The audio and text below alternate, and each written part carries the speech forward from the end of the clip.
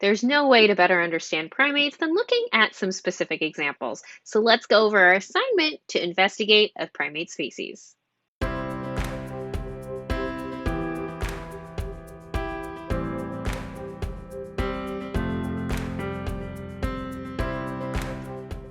Primates! There's no better way to get to know them than to look at a specific species. Let's go over our final assignment for our primatology module, the primate profile. Here we have a couple goals. We're going to talk about the goals for this assignment, the sections within it, the format, some examples, and lastly, some resources to help you learn more about your species. The goal of this assignment is for every student to investigate a specific primate species. Each student is going to choose a different one, and we'll compile all of them together to create a class study guide.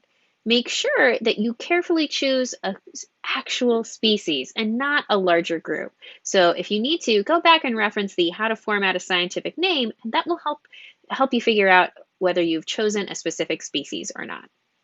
Through this, we are going to make an infographic. So there's going to be some written information, but also a lot of pictures to make it easier to digest. Formatting matters for this assignment. How you format information intake affects how people intake it. So you are going to prove your understanding of the material by showing that you can format information in a logical way.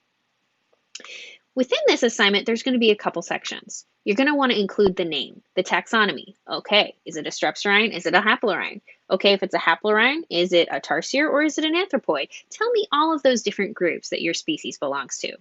Then talk about some basic information. The range, where does it live? Its morphology, what does it look like? Its diet, what it eats, its social behavior, and what other interesting facts that you think we should know. Also make sure to mention the conservation status of your primate. How you decide to organize these sections of your assignment is up to you, and this will depend on what primate you've chosen and what the interesting facts about it are. Next, let's talk about the format. So again, we're creating an infographic. So you're going to want to have a couple small sections, and you will need a couple of prose. Think about grammar, spelling, and punctuation. But you also want to make sure you include some pictures. You'll need at least two. Make sure you have a picture of your primate, but also think about including a range map. Where does it live? What other interesting things? Do you want to show us a picture about a specific morphological feature? Do you want to show some social interactions? What would be interesting for people to learn? And also, make it pretty. Making it pretty will make people want to learn more. And of course, make sure you correctly format the scientific name wherever it occurs in your assignment. There are a couple technical requirements. This should be about 2 to 3 pages long and submit it as a PDF. So you're welcome to use whatever software you like, but at the end, convert it to a PDF before submitting it officially to Canvas. Make sure you include at least 2 references at the end. Make sure you use consistent formatting, but what style you use is up to you. Your textbook can count as a resource, but lectures do not. Make sure to have fun and make it pretty.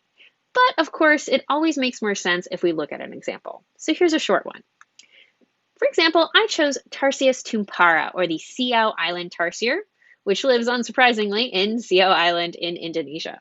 So if I were to look at the taxonomy of this guy, it's in order Primates, suborder Haplorhini, superfamily Tarsioidea, and then family Tarsiidae.